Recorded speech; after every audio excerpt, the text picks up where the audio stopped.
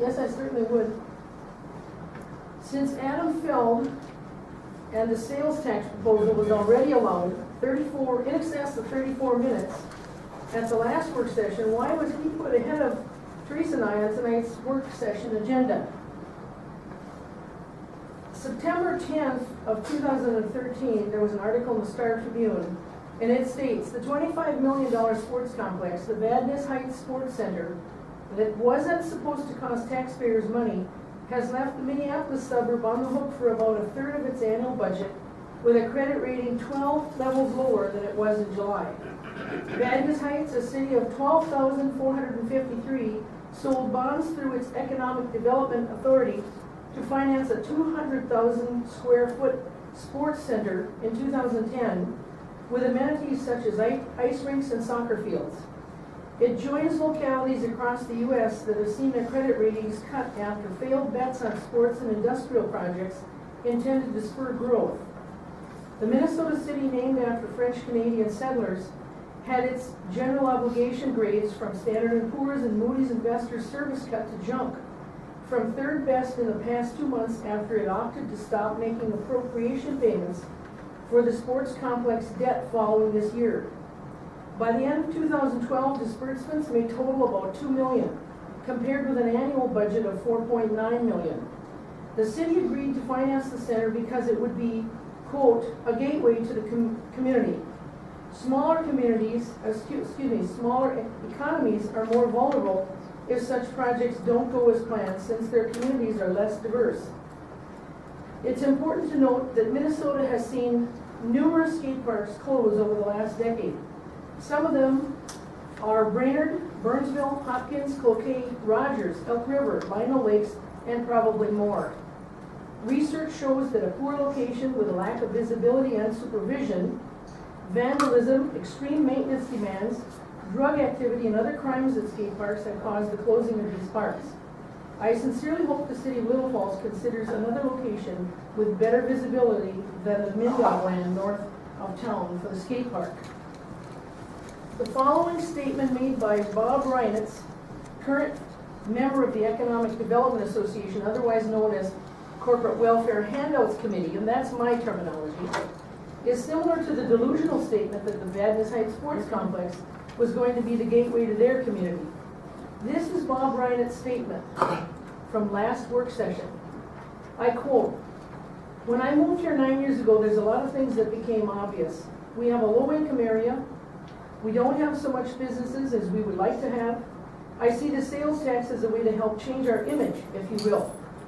We start putting infrastructure, it's going to be much easier to attract new businesses. It's going to be much easier for people like the hospital to hire. They've had problems with it. Families come along and say there's nothing to do here. We need for some of these things to be put in place. In terms of what it would do for us, I think I'm going to put it to you in one simple sentence. And I'm very confident that Camp Ripley Veteran State Trail is going to happen. When Brian Crowder asked the question, so the sales tax would help our trail system? Bob Reinitz answers, sure. It would help the city council to decide where that money is spent. It would be up to the city council to decide where that money is spent. We would have a designated for certain projects. We would have it designated for certain projects.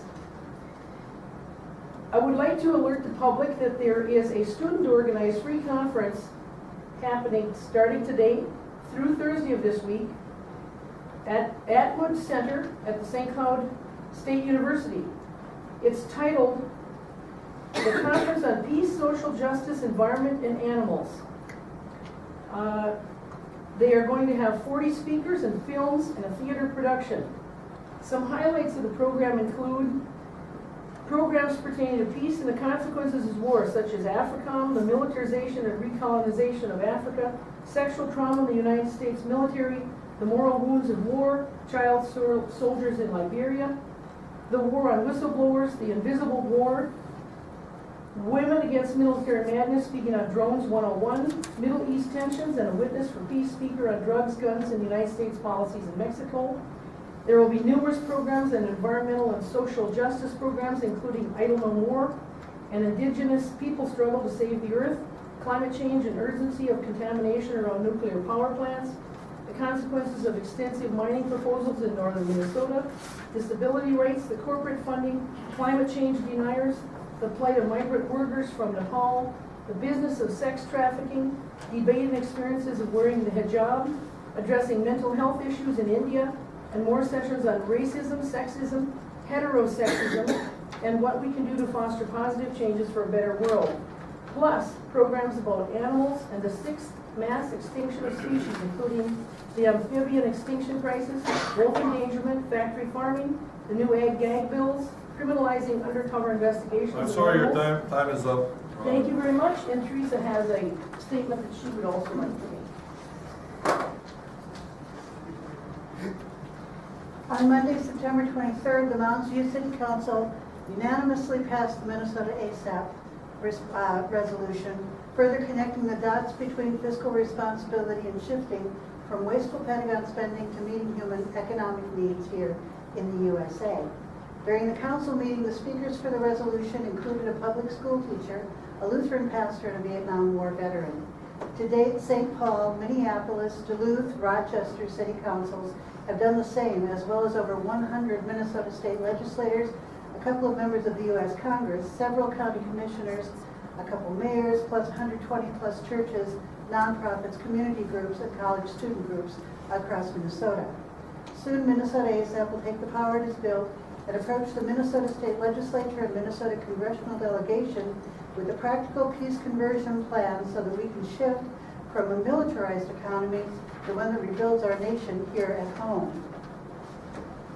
Huge campaign contributions in the international placement of defense industry facilities in nearly every congressional district ensures the collaboration of elected officials.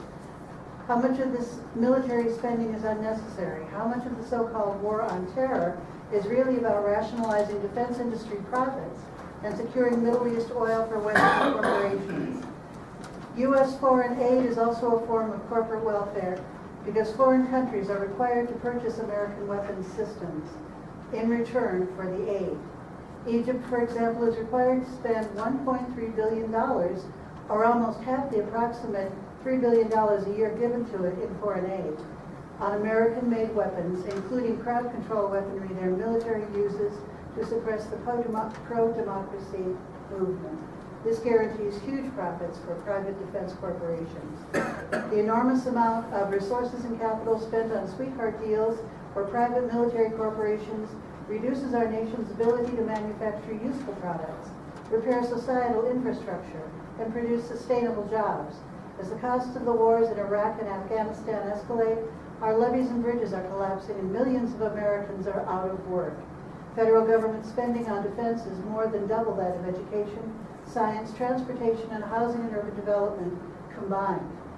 Do the Pentagon and private defense corporations serve the American people, or do they serve one another at our expense? Thank you. Anybody else want to speak? If not, we'll go on to first item.